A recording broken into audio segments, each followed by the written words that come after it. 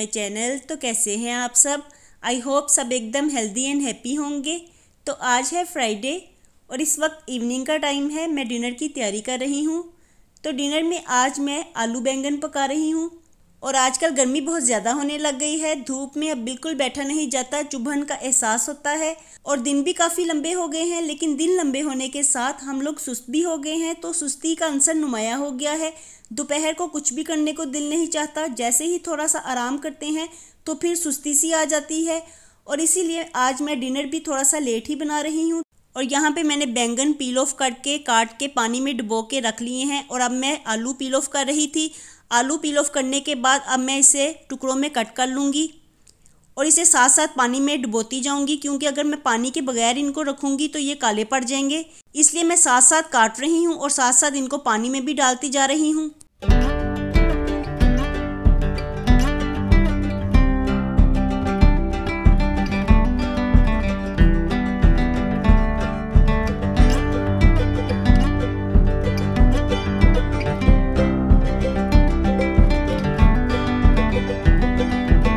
और अब आलू काट लेने के बाद मैंने उनको साइड पे कर दिया है और अब मैं प्याज को कट कर रही हूँ। तो मैं डिनर बनाने से पहले ही सारी तैयारी कर लेती हूँ, ताकि जिस वक्त मैं पका रही हूँ तो ज़्यादा मुझे वर्क ना करना पड़े और सारी चीज़ें पहले से ही रेडी हों। तो इस तरह डिनर बनाने में भी आसानी हो जाती है। जब आपके पास पहले से ही सब चीज़ें मौजूद हों तो फिर आप फटाफट से डिनर तैयार कर लेते हैं और ज़्यादा टाइम भी नहीं लगता। और यहाँ पे मैंने लहसुन का पेस्ट तैयार कर लिया। तो मैं बैंगन में अदरक नहीं डालती, इसलिए मैं सिर्फ लहसुन का ही पेस्ट बना रही थी।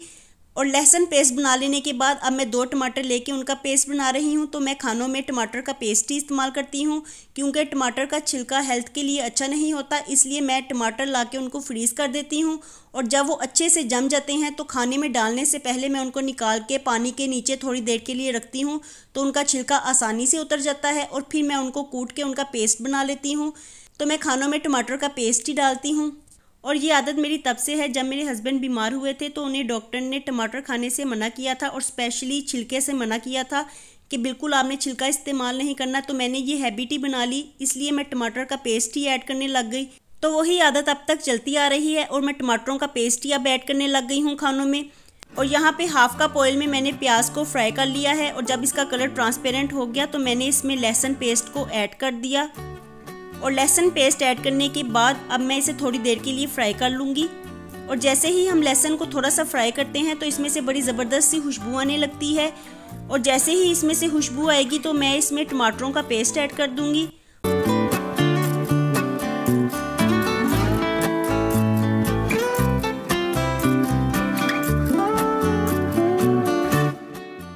और टमाटरों का पेस्ट ऐड करने के बाद मैं इसे अच्छी तरह से मिक्स कर दूँगी।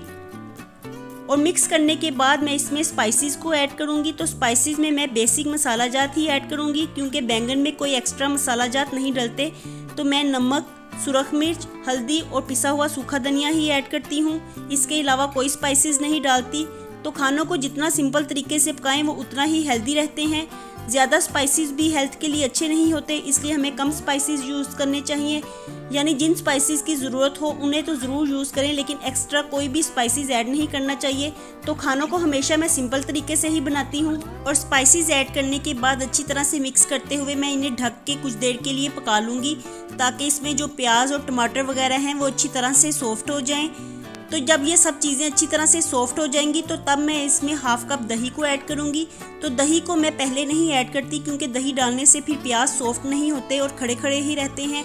इसलिए मैं दही बाद में ऐड करती हूँ, जब सब चीज़ें अच्छी तरह से सॉफ्ट हो जाती हैं। और जैसे ही दही का पानी अच्छी तरह से खुश्क हो गया तो मैं मसाला कुछ देर के लिए भून लूँगी। और भूनने के बाद मैं इसमें बैंगन ऐड कर दूँगी। तो 1 kg बैंगन मैं इसमें ऐड कर रही हूँ।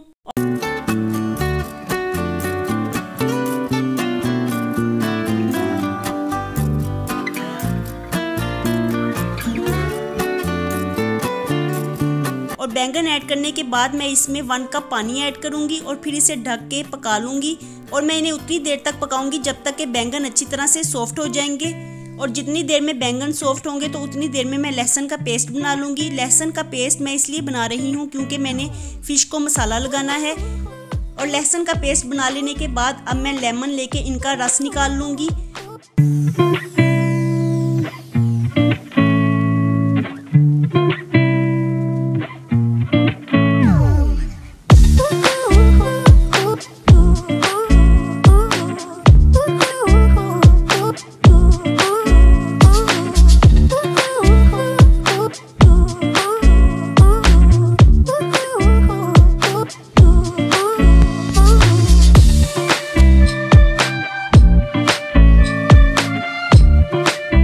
1 कप के करीब मैं लहसुन पेस्ट को इस्तेमाल करूंगी और इसमें half cup lemon juice add करूंगी।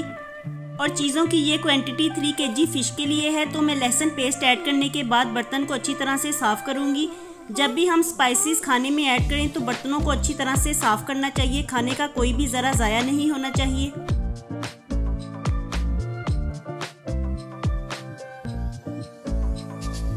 और अब मैं इसमें स्पाइसेस ऐड करूंगी।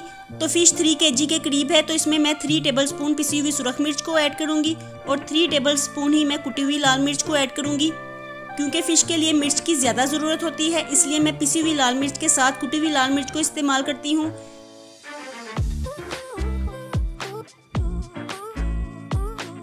अब मैंने 1 टेबलस्पून इसमें अजवाइन ऐड की है और साथ ही 1 टेबलस्पून गरम मसाला ऐड करके मैं सब चीज़ों को अच्छे से मिक्स कर लूँगी।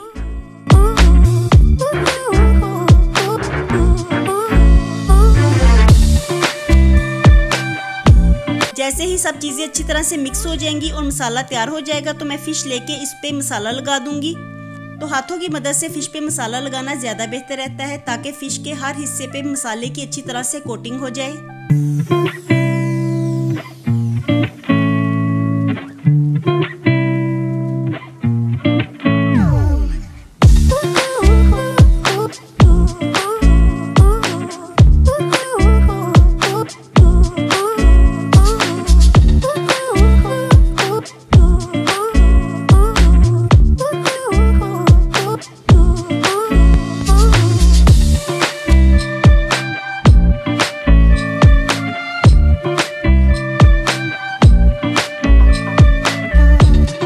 फिश को मसाला लग गया और साथ में डिनर भी तैयार हो रहा है। इवनिंग का टाइम है तो चाय से पहले कुछ खाने को दिल कर रहा है।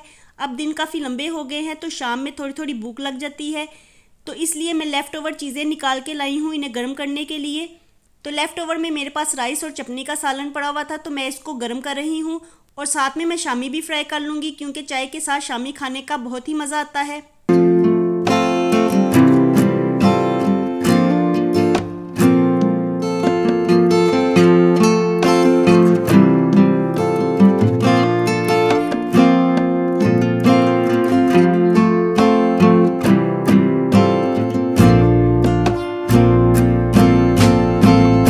और साथ ही मैंने चाय के लिए पानी भी रख दिया है, तो साथ में मैं चाय भी बनाती जाऊंगी और साथ साथ शामी भी फ्राई करती जाऊंगी। और जैसे ही पानी में बॉयल आ जाएगा तो मैं पत्ती डाल के इसका कहवा तैयार कर लूँगी।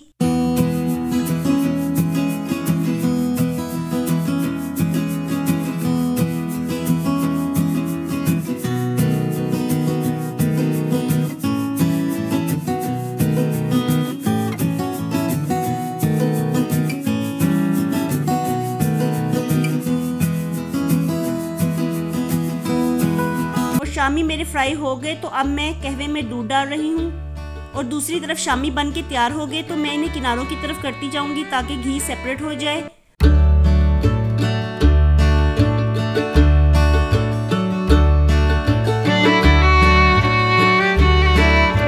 और अब राइस और सालन अच्छे से गर्म हो गए हैं तो मैं प्लेट में थोड़ा थोड़ा राइस निकालती जाऊंगी और बच्चों को देती जाऊंगी। साथ में मैं शामी भी रखती जाऊंगी। तो लेफ्ट ओवर जो चीज़ें होती हैं उनको खाने का बहुत ही मज़ा आता है।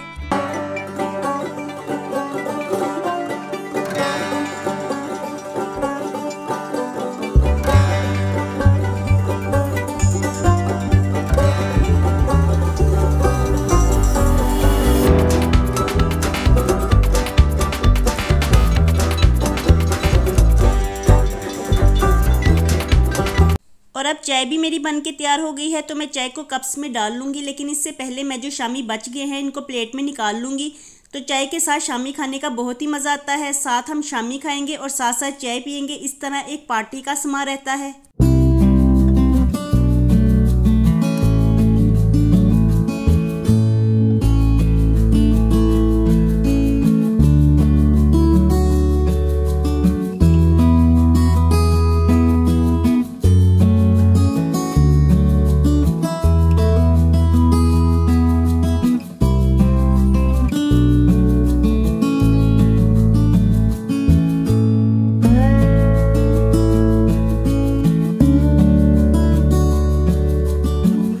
और अब चाय पार्टी हमारी हो गई, कुछ देर रेस्ट भी हो गया तो एकदम से मुझे ख्याल आया कि बैंगन को चेक करना चाहिए। तो बैंगन हमारे अच्छे से सॉफ्ट हो गए हैं।